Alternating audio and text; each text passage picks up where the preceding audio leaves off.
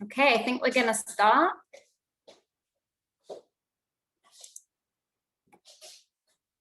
Hi, everyone. Good morning, afternoon, or evening, depending on where you are in the world. I'm Tamar, IsraAID Senior Director of Development and Communications, based in our headquarters here in Tel Aviv, and I'm delighted to welcome you to our special Women's Day event. Thank you all so much for coming. It's an absolute honor to spend Women's Day with you all. So a tiny word about IsraAID before we kick off this exciting event. IsraAID is an international, non-governmental humanitarian aid organization based in Israel. Since we were founded in 2001, our teams have worked in emergency and long-term development settings in more than 50 countries around the world in our mission to support people affected by humanitarian crisis. We partner with local communities around the world to provide urgent aid, assist in recovery, and reduce the risk of future disasters. And since today is all about women, it's important to note that much of our work in humanitarian contexts often focuses on issues that can affect women disproportionately, including, for example, our programs responding to and preventing gender-based violence in South Sudan, employment training and language classes for refugee women in Greece, and distributing dignity kits, including menstrual hygiene products, in the emergency response period following most humanitarian crises. And we're really excited to hear more about all of this today from our panelists. Now, it's my real honor and privilege to introduce Lisa Eisen, who will be chairing this Women's Day panel, featuring some truly amazing IsraAID professionals. Lisa Eisen is co-president of the Charles and Lynn Schusterman Family Philanthropies. Lisa spearheads efforts to strengthen the Jewish community by supporting initiatives around the world that engage young Jews in service and social action, help people experience and learn about Israel, and support efforts to welcome all who seek to participate in Jewish life. Lisa also leads Schusterman's initiatives to advance gender and reproductive equity, as well as empower women and girls in the US and around the world.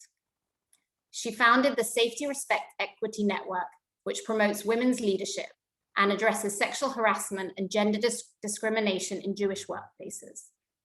She's a member of the Global Leadership Board for Time's Up Foundation and Time's Up Now, organizations that fight for safe, fair, and dignified work for all. She also serves on the advisory board of the Collaborative for Gender and Reproductive Equity, which mobilizes funders to protect and advance gender and reproductive equity.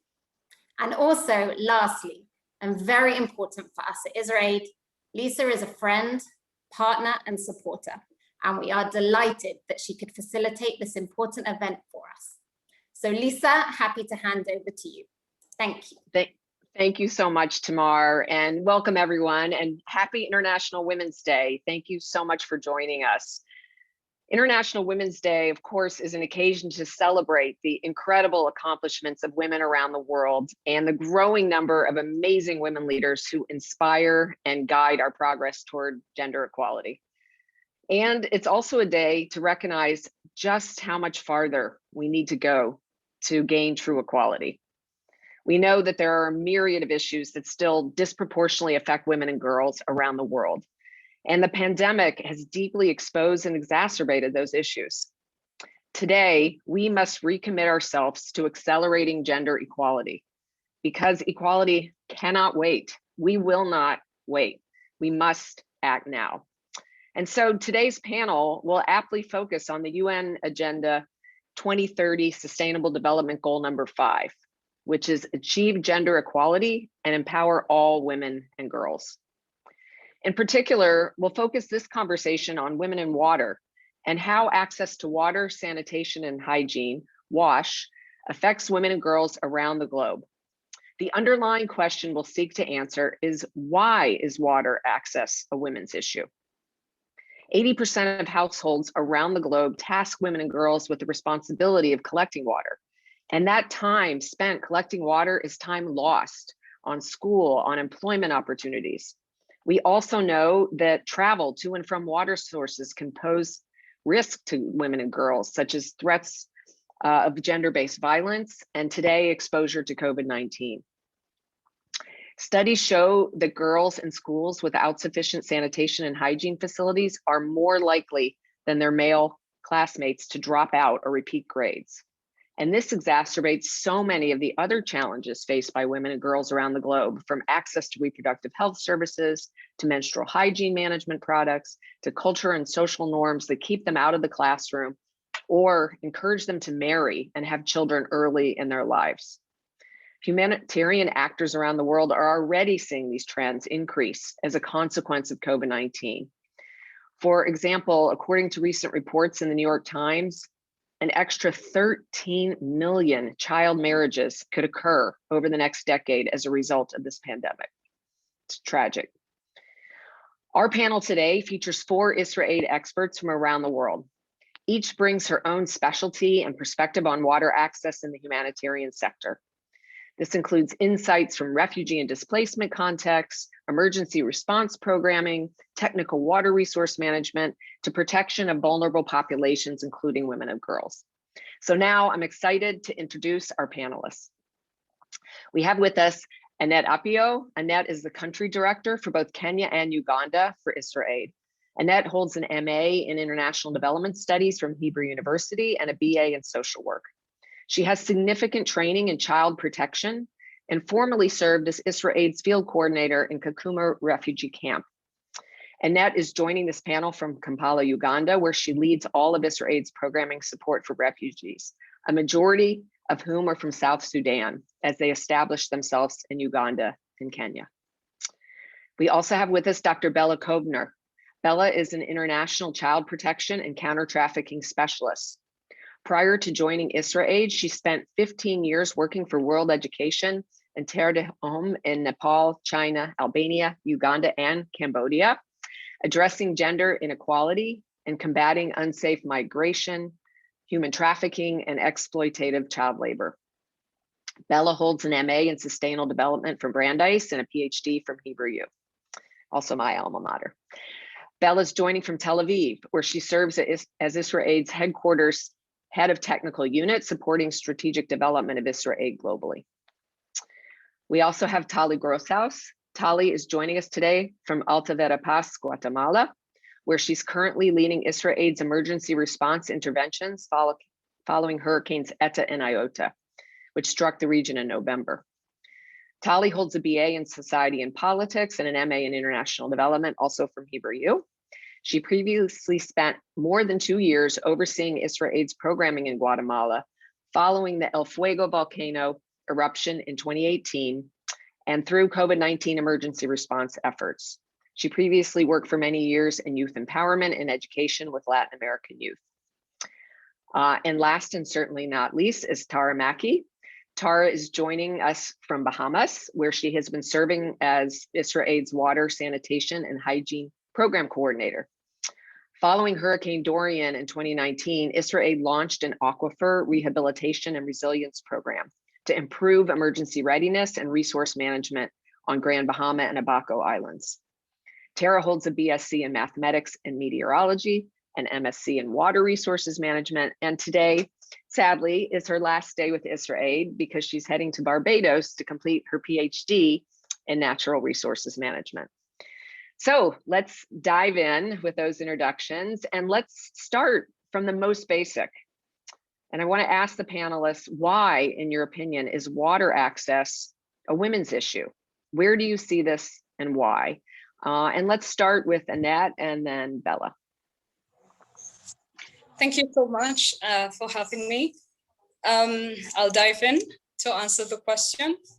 So first of all, I would just like to mention that water and sanitation are essential for life and health, and predominantly a general issue for all humans. But we see it in different parts of the world that predominantly majority of the domestic chores at home, the bulk of that burden falls on women's shoulders, particularly because of the cultural dynamics, the patriarchal setup of many societies, not only in sub-Saharan Africa, but many other parts of the world as well. And so water becomes a women's issue, particularly because the women will have to do most of the domestic work at home. And this includes washing clothes, cooking food, bathing children, not to mention the menstrual hygiene management needs for women. And I'd like to mention, particularly for sub-Saharan Africa and Uganda in particular, majority of households do not have running water. And so what happens is the women and children end up having to walk 5 to 10 kilometers. Earlier mentions takes away from time that young girls, children would spend in school. Women would also be able to engage in other economic activities in society, and largely the majority of work done, if not all, at home is unpaid. And so by this, you have the concern for water access landing entirely on women's shoulders, as mentioned. I'd like to pull out what some other implications this has generally, not only on the household, but the health of children, which again comes back to the parents, again, mainly the women who have to take care of the children. And this comes about as majority of the water that is accessed is contaminated. And therefore, there's high exposure to diseases, for instance, diarrhea. According to UNICEF reports in 2019, diarrhea alone in Uganda kills about 33 children a day, which is a really high number if we were to look into it. And yeah, water is a women's concern. It's a women's issue. Thank you. Those are chilling numbers. Dr. Kovner. Thank you, Lisa, and thank you, Annette. I think Annette already pretty much covered all of the major issues that we're focusing on today. And I think just to kind of stress what Annette mentioned, the fact that most of the household chores, the unpaid work that is done in the house is falling on women in households that have no connection to running water. The quality of the water is pure. There's no drinkable water. All these issues are becoming major concerns, and women just don't have access to work, to employment opportunities, to education opportunities. Most of the girls, the women have to drop out of schools in order, like Annette said, to take care of the sick, whether it's the elderly or the children in the household. Women also need to fetch, to collect water from the well. We know that by doing so, they're facing a lot of danger in terms of being raped, being sexually harassed. Also, this whole kind of responsibility of collecting water, of being in charge of access to water in the household, it really means that they don't have any time for anything, almost anything else. And this is one of the main causes for school dropout. And again, when we look at schools, like Lisa said at the beginning, there's a lot of dropout also because there are no proper latrines for young girls. There are no menstruation facilities. There's no access to any hygiene. In order to go to school, they need to go through hurdles, and they don't really have this proper access. And again, this just shows us and emphasizes the fact that access to water, limited access, lack of access is a women's issues, and the ones who were kind of carrying most of the burden and feel that the lack of it are the women in the communities. Thank you.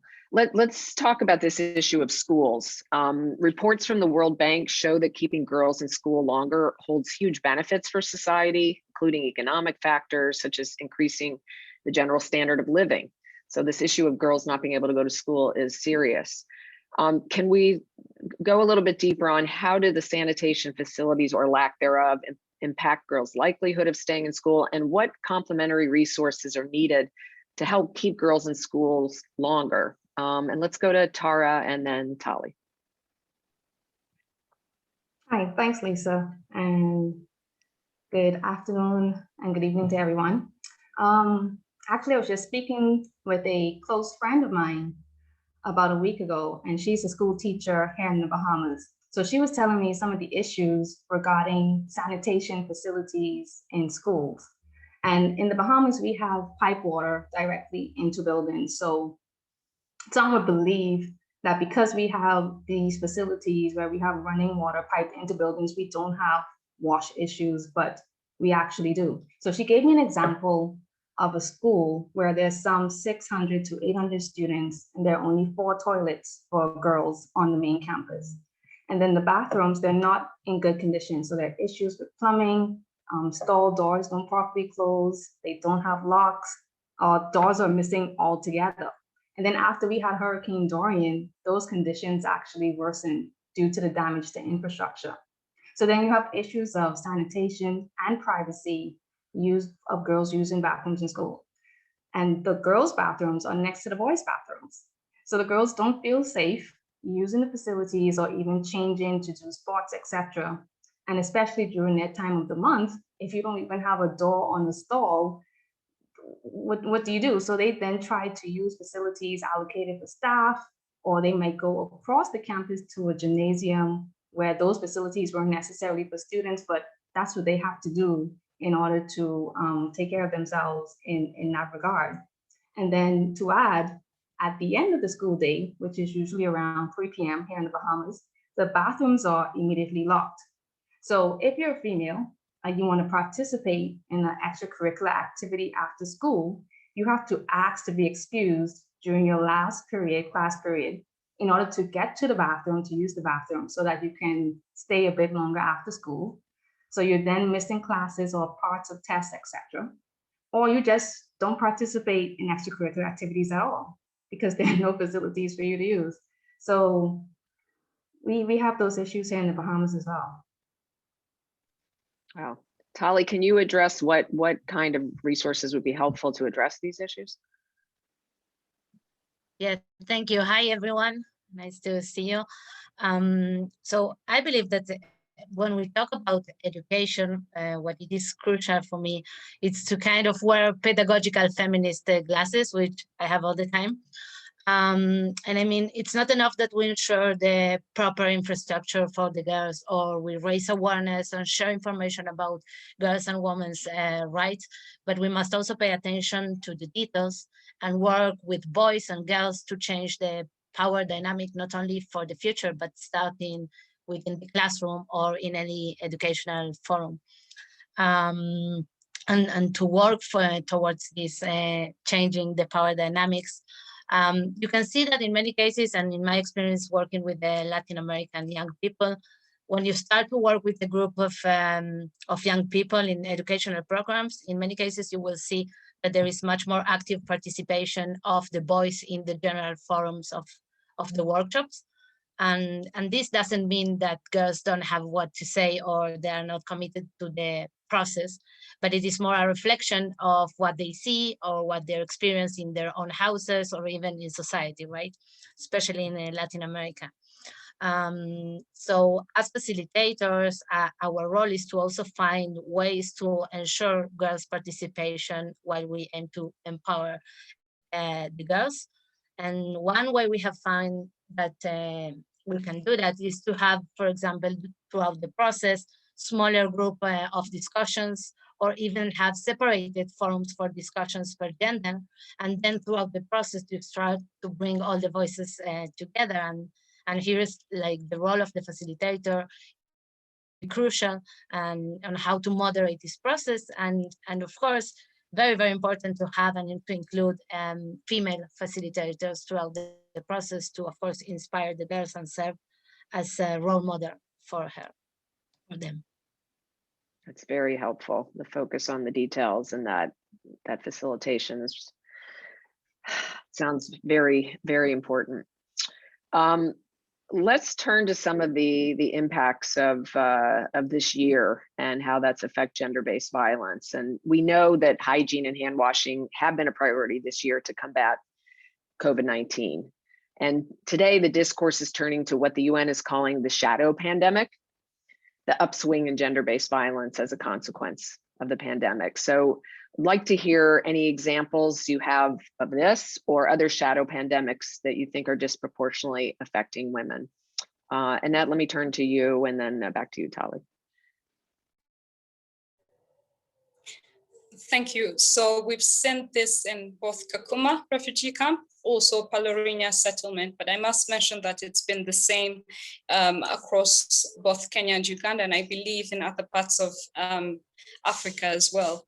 When COVID-19 hit, schools, child-friendly spaces were closed, which meant that children had to spend majority of the time at home or within their communities. And with that came a spike in teenage pregnancies.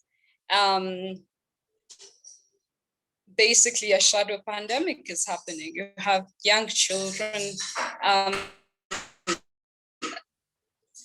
getting pregnant and they should be in school. And it gets even more complicated because the school year schedules have not been completely finalized. And many children, as much as the school years have started, the schedules are very different in both Kenya and Uganda. And so this might continue, And we don't know, the sad part of this is we don't know until when the situation will remain the same, with COVID-19 still here and vaccines still being limited. And although we have vaccines, vaccines in the country already now, Kenya and Uganda, it's not clear when exactly children of 17 years and below would get this vaccine, except for the vulnerable groups. And so this might continue to happen for the rest of this year as well. And the solutions to that are not very clear as well. Thank you. Tali. So yes, unfortunately, I can also speak about this issue in Guatemala. So being a girl or a woman in Guatemala was already very complicated before the pandemic started. But the risk of ending up as a victim of sexual violence or a survivor has only increased with the coronavirus. If we look at the statistics of the last year, the average of pregnant girls between the age of 10 and 14 was 14 pregnancies per day, over 5,000 in 1 year, and over 100,000 if we count also teenagers until the age of 19. And let's don't leave any room for misunderstanding. All of the pregnancy cases under the age of 18 are cases of gender-based violence, child abuse, and rape. And these are only the numbers that we know. Another challenge that has brought the pandemic is the dysfunctionality of some services that respond to these cases. In Guatemala, you can see that the reports of gender-based violence cases have declined. This doesn't mean that the cases have dropped, but in many cases it's because the legal institutions, for example, are not working on the regular hours, or in many cases because of the lockdown, which leave the girls and the women in the same roof as the aggressor, which of course prevent from them to look for help. So what experts say is that if we want to really measure the scope of gender-based violence, we should at least triple the number of the reported cases, especially in the context of the pandemic.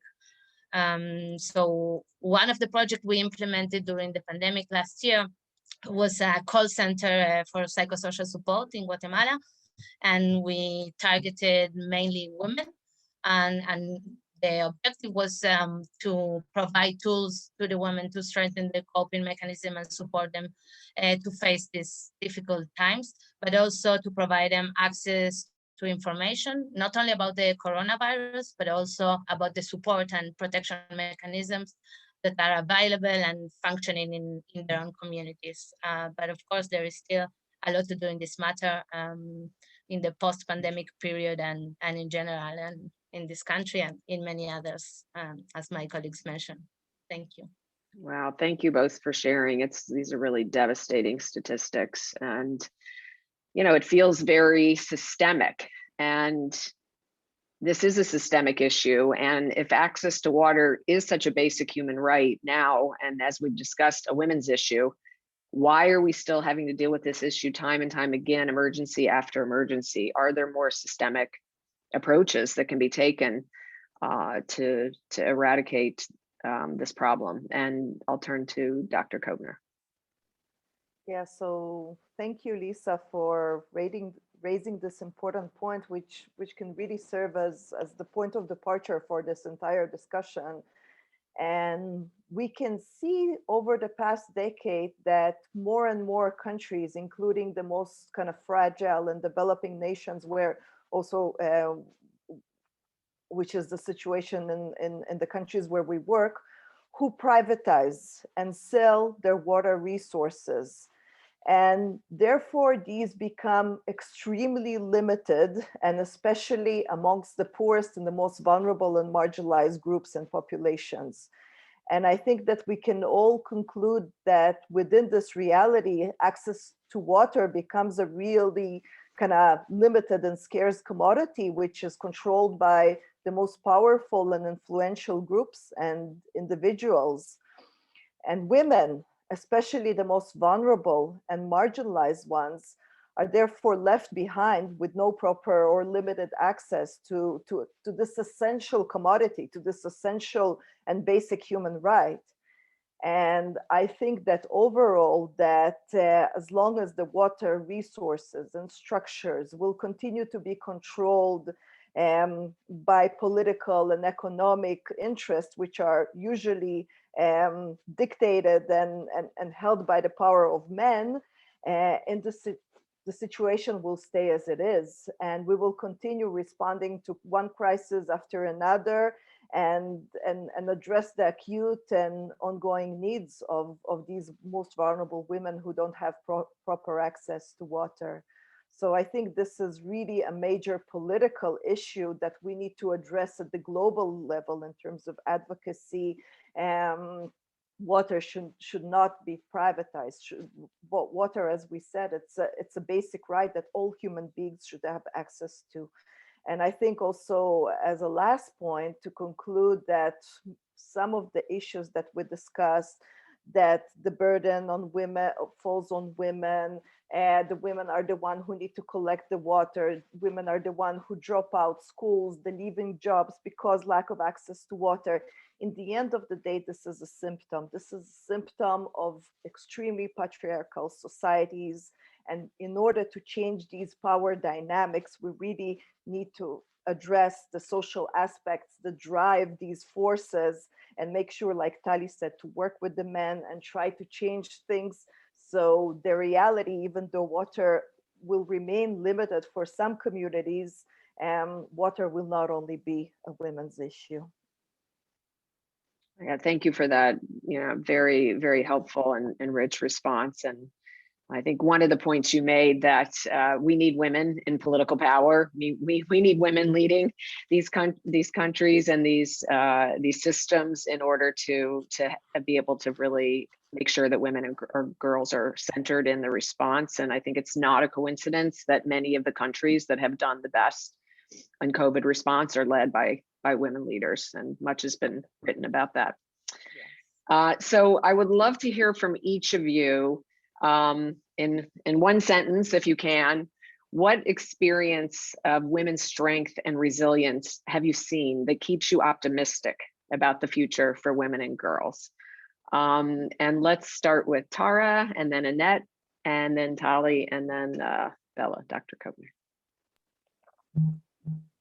All right, Lisa, I'm going to start, but I can tell you now it's not going to be one sentence, but I will do my best. I was not sure how you were going to do it in one sentence. Okay, once that was usually briefly. How about briefly? Brief. I can do brief.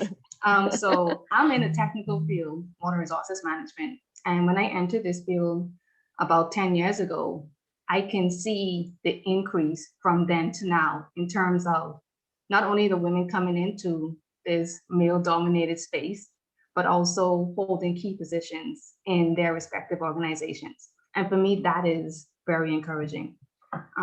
Personally, it was a privilege working with IsraAID on the Sustainable Groundwater Management Project here in the Bahamas after Hurricane Dorian. And from concept to planning to actually being in the bush, as we would say here locally, conducting field assessments, etc. I was a part of it all. And sometimes I was the only female in the room. And being the only female in the room, it had its perks, because when we go into community, persons would come up to me, like say, hey, what are you doing with these guys? Where are you going? And I would say, hey, I'm working on getting the groundwater back up to quality, and we're drilling some new monitoring wells. And it's encouraging when young women come up to me and they're like, so what is that? I've never heard of that. That's a job. And I'm like, yes, I went to school to study this. I'm qualified in this, and this is what it entails. And they become interested. So for me, it's encouraging to just see the numbers grow when we come into the field, and then just getting that spark and interest into younger women than me, because I still consider myself young. So sparking the interest of younger women, that's also encouraging as well. Thank you. That is very inspiring. Annet? Thank you. At grassroots level, what we see majority of the time in terms of community mobilization is that majority of the initiatives are driven by women. We hear a lot of voices from the community level from women, which again drives our programming, it drives decision making. And so even if the bulk of the burden of the problems that come with lack of water or limited access to water lands on women, the women get heard. The women get to offer some of the solutions. The women get to share their experiences, their lived experiences of not having access to water. And so we don't hear much of the men's voices, but the women's voices are heard, who are again the ones that face the majority of the problem that comes with not having water. So I'm really, I think, excited about the fact that women are very involved and are not sitting back in the communities. They are really driven and wanting to find solutions. Thank you. That's great. Women's voices must be heard. Absolutely. Tali? So yes, I would like to share the story of Eva, not in one sentence, but totally. So Eva, she's one of the girl students that participated in the emergency preparedness program that we did in Escuintla, the most affected municipality by the El Fuego volcano eruption 2 years ago. And a few months after we implemented the pilot program in her school, she invited us to the presentation of her graduation project, which focused on training a remote community in the municipality on disaster and emergency preparedness. So she was the student who led the project, and she was standing on the stage and presenting how they took the tools and the knowledge they've got from the program, and then how they replicated in another community. And for me, that was a very inspiring moment, and cases like her gives me hope and hope to believe that it can be different. And yes, there is a long way to do yet, but I think we're in a good path. So yeah. Your feminist lenses have to be optimistic lenses. Yeah, correct, okay, Dr. Kovner. So just kind of to add on what everybody said here, I think that the change is slow, but it's coming. And we see the change at the grassroots level, at the small communities. What we see in recent years is more and more women and girls across the different regions and countries where we work, who go and advocate for change, who demonstrate, who really kind of challenge their patriarchal roles, including kind of the roles in the household that affect their access to water, access to education, access to employment opportunities. So we really kind of, the change is slow, but it's coming, it's there, it's in kind of small pockets, and women and girls are challenging their current reality. And I think that eventually these will influence also, like we said, the decision makers and the kind of the global and national power dynamics, which drive and kind of create the situation where we're at right now. So yeah, I think there is a well, the work that all four of you are doing is giving me hope and inspiration, even among like incredible challenges. So I just want to personally thank you to each of you for the incredible work you're doing on behalf of women and girls. We want to now open it up for questions from the audience. So please put your questions in the chat, and we'll take as many as we can. And we have a few already. So I'm going to start with a question about your own personal experiences as a woman working in humanitarian aid. And who would like to jump in on that? Anyone? Our own experience. I can go. Okay. Go ahead. No, go ahead, Tali. So it's similar to what Tao was saying. No, I think in many cases, and especially in countries where the traditional model and roles of men and women are still very strong, it's sometimes you have this challenge of being one of the few women in the response and in the decision-making cluster or coordination mechanisms. And I think that is still a challenge for many of us in the field, because in many cases the men are looked, as the one that holds the power and make the decisions. There is also a lot of the machismo culture, which I don't know how to translate that to English, but it's a very typical culture in Latin America where the women are seen as the one that is in the house and the man is the one that works. So in many cases that also create this, you are seen not as equal in the field.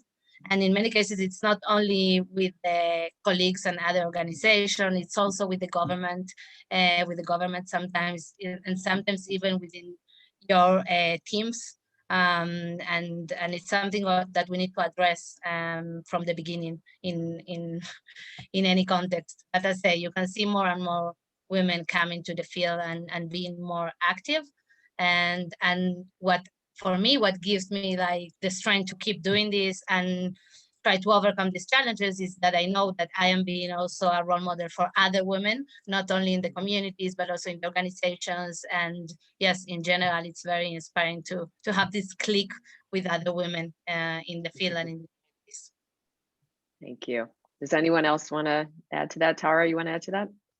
I'll just add by saying that, yes, there are challenges, but I think I've also been fortunate enough to work with men who make space for women. And I will acknowledge those men. Some of my managers, like Gil Goodman, Anton Dries, and Dimitri Medlev, and Celino Davis, even Philippe Martin, guys I work with, and they know when I go into the field, I'm like, hey, what's that tool there? And they're like, that's a monkey wrench. I said, I never used it before, but just show me some guidance, and they're patient with me, and I feel comfortable in that space. But that's not the reality for a lot of women working in such fields.